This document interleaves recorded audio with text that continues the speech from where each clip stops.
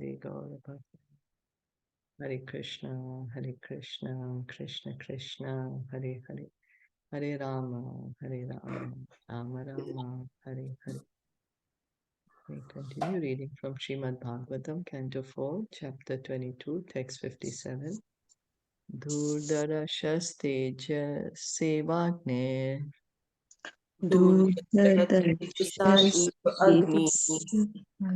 Mahendra Eva Durjaya Mahendra Jaya Titikshaya Dharitriva Titikshaya Dhyayor Ivabhishta Nirnam. Dodor Ivabhishta Nirnam. Mahārāja Pṛthu, translation and purport by His Divine Grace A.C. Bhaktivedanta Swami Srila Prabhupada. Mahārāja Pṛthu was so strong and powerful that no one could disobey his orders, any more than one could conquer fire itself. He was so strong that he was compared to Indra, the king of heaven, whose power is insuperable. On the other hand, Mahārāja Pṛthu was also as tolerant as the earth, and in fulfilling various desires of human society, he was like heaven itself. It is the duty of a king to give protection to the citizens and to fulfill their desires. At the same time, the citizens must obey the laws of the state. So give and take.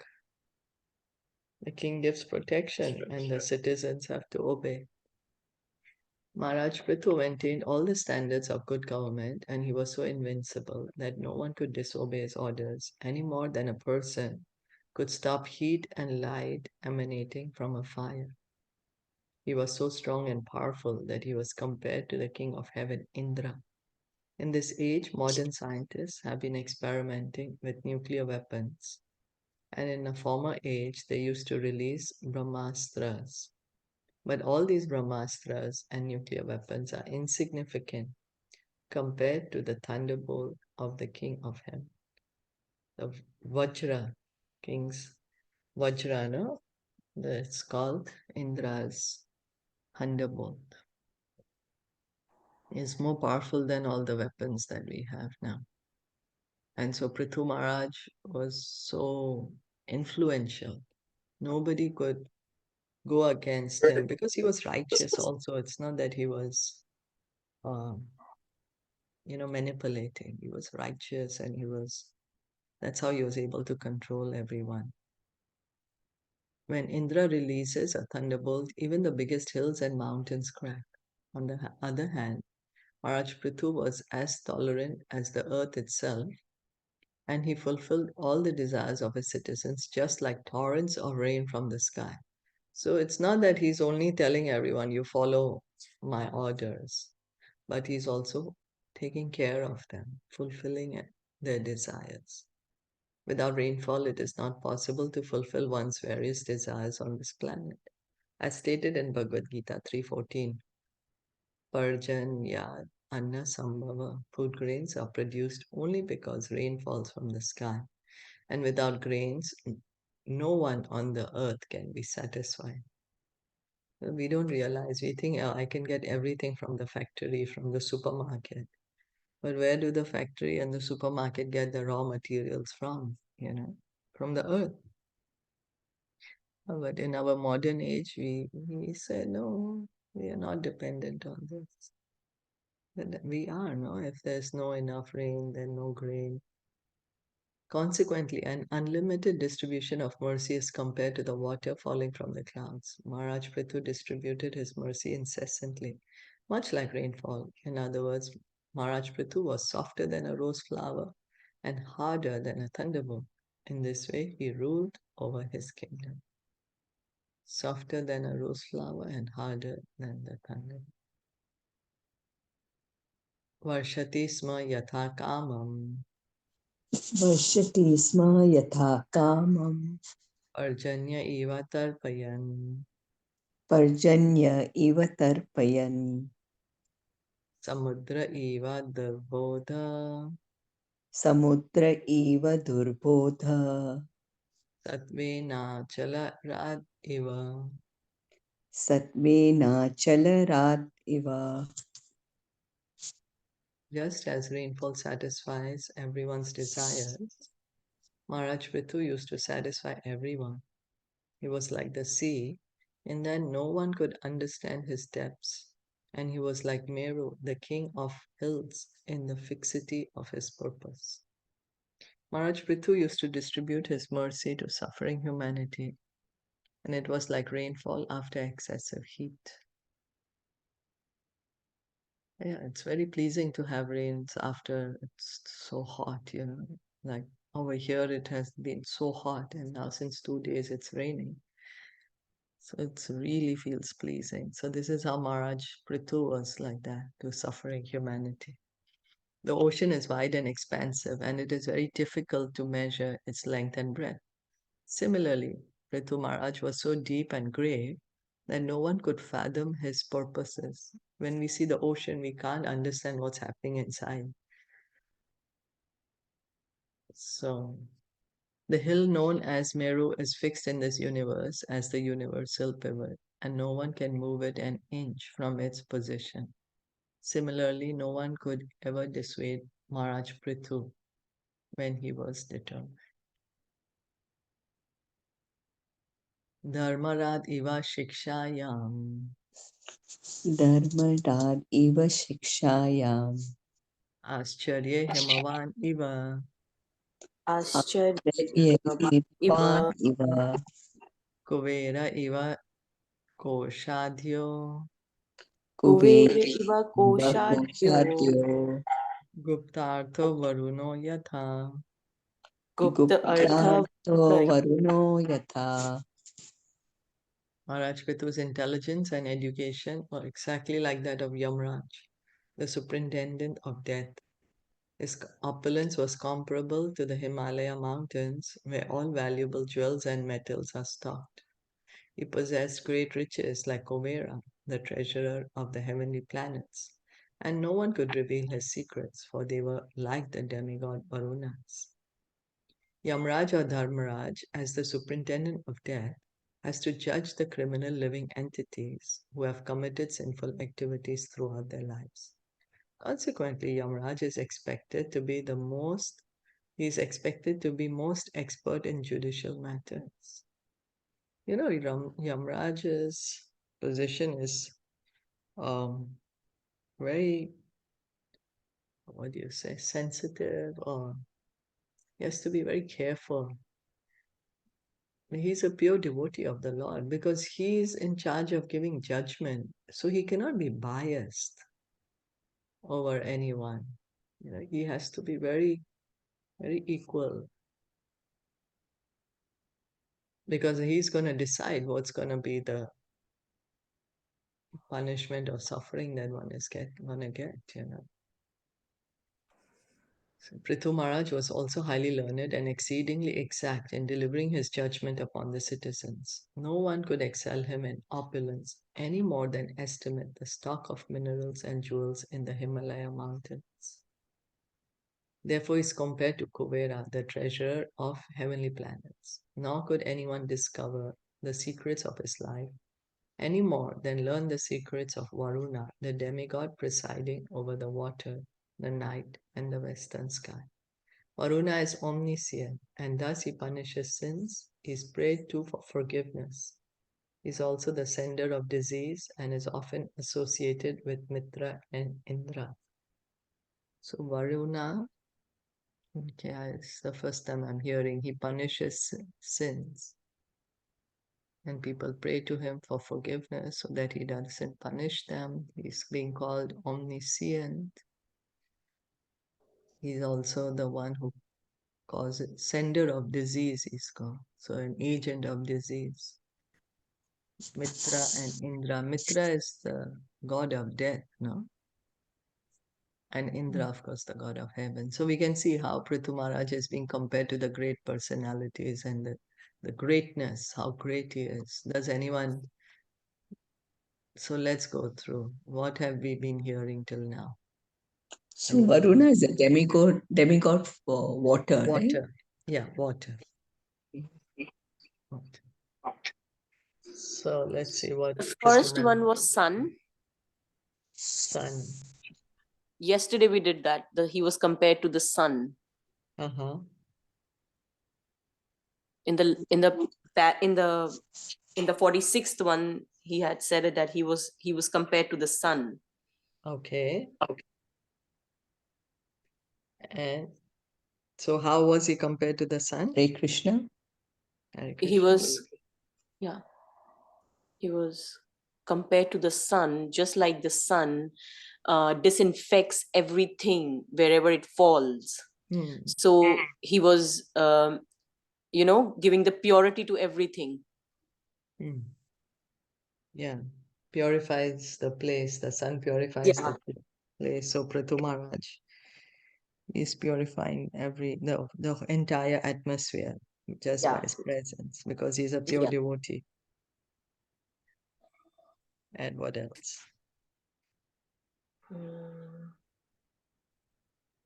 Sneha was saying something. No. First I couldn't hear, so it was like silent. So I was wondering. He's compared to the rain. Yeah, compared to the rain.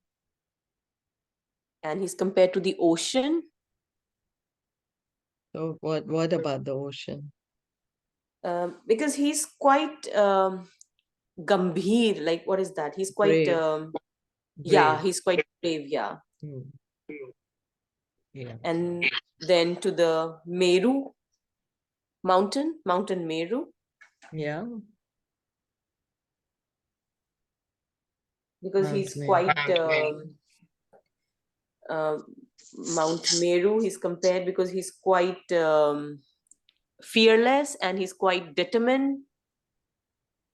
Yeah. Is it? Yes.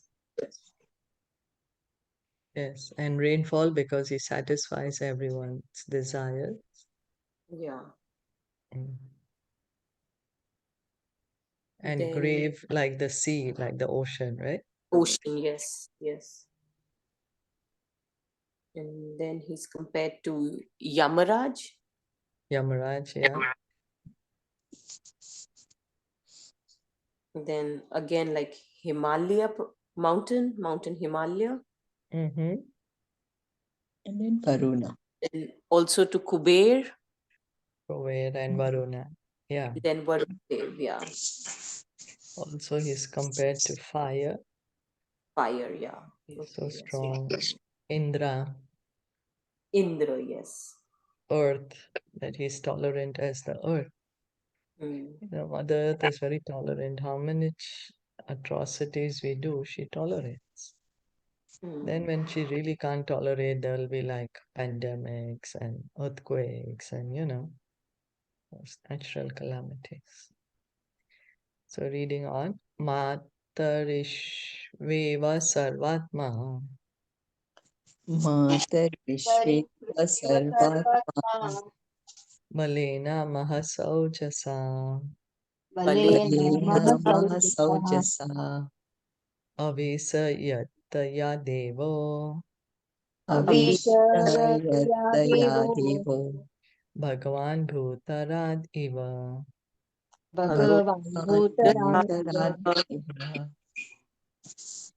In his bodily strength and the strength of his senses, Maharaj Pṛthu was as strong as the wind, which can go anywhere and everywhere. As far as his intolerance was concerned, he was just like the all-powerful Rudra expansion of Lord Shiva or Sadashiv. So here he's being compared to, he's as strong as? Vayu. Yeah, the wind. Yeah. He was as strong as the wind, that he can go anywhere, everywhere. Wind goes anywhere, everywhere, right? So he's being compared to that. And Rudra. Lord Shiva. Yeah. Yeah, intolerant. He was intolerant to the wrong. That's compared to Rudra. Kandarpa iva saundarye. Kandarpa iva saundarye. Manasvi mragarat iva. Manasi virat iva. Vatsalye manuvarnirnam. Vatsalye Manuvarnirnam. Manuvarnirnam. Prabhutve Bhagavan Ajaha. Prabhutve Bhagavan. Bhagavan Ajaha. In his bodily beauty, he was just like Cupid, and in his thoughtfulness, he was like a lion. In his affection, he was just like Swayambhuva Manu. And in his ability to control, he was like Lord Brahma. You can see how he's being compared to so many great personalities, you know. So amazing, so wonderful qualities. Here, beautiful like Kamdev, the Cupid. Cupid. A lion is thoughtful. I didn't know that. Anyway, he's being called thoughtful as a lion. Affectionate to like Swayambhuva Manu makes sense because Swayambhuva Manu is the father of mankind. Oh, then, you know, father is always affectionate, so affectionate. And Brahma, he is the controller of this universe, so his ability to control is compared to Lord Brahma's. Brihaspati Brahmavade. Brihaspati Brahmavade. Atmavatve Swayam Hari. Atmavatve Swayam Hari. Bhaktya Go Guru Vipreshu. Bhaktya Go Guru Vipreshu. Vishva Kshenanuvartishu. Vishvakshenanuvartishu. Shriya Prashraya Shilabhyam. Priya Prashraya Shilavyam. Atma Tulya Parodyame. Atmatulya Parodhyame. In his personal behavior, Pṛthu Mahārāja exhibited all good qualities, and in spiritual knowledge, he was exactly like Brihaspati. In control, he was like the Supreme Personality of Godhead himself. As far as his devotional service was concerned, he was a great follower of devotees who were attached to cow protection and the rendering of all service to the spiritual master and the brahmanas. He was perfect in his shyness and in his gentle behavior. And when he engaged in some philanthropic activity, he worked as if he were working for his own personal self. When Lord Chaitanya talked to Sarvabhauma Bhattacharya, the Lord honored him as the incarnation of Brihaspati. So Sarvabhauma Bhattacharya is a close associate of Lord Chaitanya. He was the leader of the impersonalists before. He was in Jagannath Puri, but after he heard the Vedanta Sutra explanation from Lord Chaitanya, he surrendered to Lord Chaitanya and he understood Lord Chaitanya's identity as Krishna. So Sarvabhauma Bhattacharya. We talked about him in the teachings of Chaitanya Mahaprabhu also. He was mentioned, right? Yeah, that's right. Yeah. That's right. And he is known as the incarnation of Brihaspati. Brihaspati is the priest of the demigods. He's the, Brihaspati is the chief priest of the heavenly kingdom, and he is a follower of the philosophy known as Brahmavad or Mayavad. Brihaspati is also a great logician. It appears from this statement that Maharaj Pṛthu, although a great devotee, constantly engaged in the loving service of the Lord, could defeat all kinds of impersonalists and Mayavadis by his profound knowledge of Vedic scriptures. We should learn from Maharaj Pṛthu that a Vaishnava or devotee must not only be fixed in the service of the Lord, but if required, must be prepared to argue with the impersonalist Mayavadis with all logic and philosophy and defeat their contention that the absolute truth is impersonal. So preachers. Maharaj Pṛthu is also a preacher, and here Srila Prabhupada is saying that the devotees also should become preachers. The Supreme Personality of Godhead is the ideal self-controller or brahmachari. When Krishna was elected to be president of the Rajasuya Yajna, performed by Mahārāja Yudhishthira, grandfather Bhishma Dev praised Lord Krishna as the greatest brahmachari. Because grandfather Bhishma Dev was a brahmachari, he was quite fit to distinguish a brahmachari from a vyabhichari. Although Pṛthu Mahārāja was a householder and father of 5 children, he was still considered to be most controlled. One who begets Krishna-conscious children for the benefit of humanity is actually a brahmachari. So he got the children as a service. That's why he's being called self-control. Not engaging in sense gratification. And of course, Prabhupada is mentioning here that during the Rajasuya Yajna, Bhishma Dev declared that Krishna is the greatest brahmachari. Krishna Hare is the greatest brahmachari. Hare Krishna. I didn't know that he was, he's the chief, right, of the chief priest of the heavenly planet, but he was a follower of Maya. Yeah. Yeah. That's what. I didn't know that either. And a great logician. Technically, it appears that he should be a devotee, but apparently not. He was more into knowledge, rather than devotion. So I guess in his incarnation as Sarvabhauma Bhattacharya, then he got pure devotion.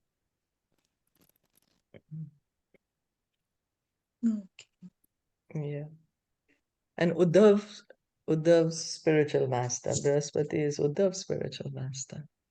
Right. Yeah. So, yeah.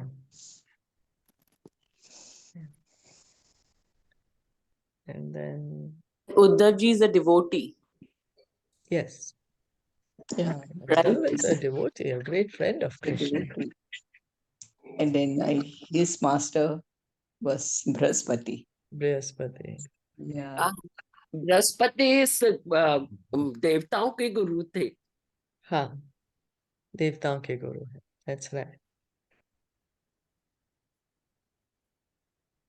So then here Pṛthu Mahārāja is also being called as very controlled, even though he has 5 children, because he's gotten the children in a Krishna conscious manner for his service.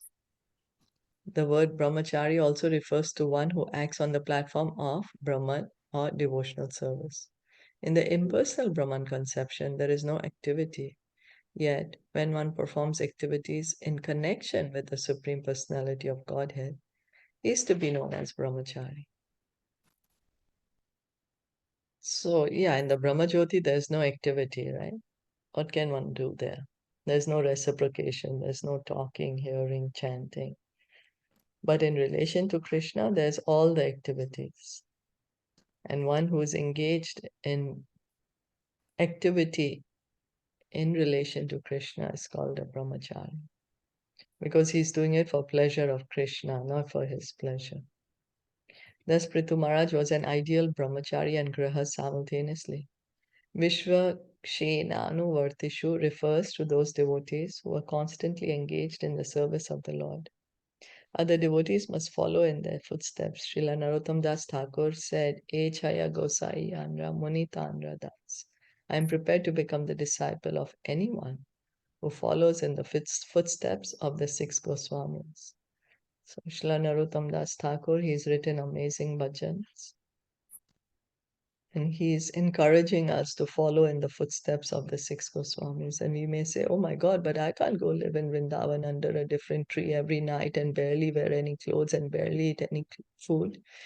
But we don't have to imitate them. Following in the footsteps means following the instructions. Following the instructions of the Goswamis. Also, like all Vaishnavas, Mahārāja Pṛthu was devoted to cow protection, spiritual masters, and qualified brahmanas. Pṛthu Maharaj was also very humble, meek, and gentle. And whenever he performed any philanthropic work or welfare activity for the general public, he would labor exactly as if he were tending to his own personal necessities. In other words, his philanthropic activities were not for the sake of show, but were performed out of personal feeling and commitment. All philanthropic activities should be thus performed. So he was great philanthropic because he's a king, so he has to make sure he's taking care of everyone. He's doing great welfare activity, but he's doing it as if he's working for himself, not for the sake of getting some honor or pride, name, fame, worship, adoration. But he, out of his genuine heart, genuinely feeling humble, meek, and gentle. And he was into cow protection and protection of brahmanas and the sadhu. Okay. So, great personality, Pṛthu Maharaj, with such great qualities. We'll stop here for today. Did you want to add anything? Any more? Any more comments?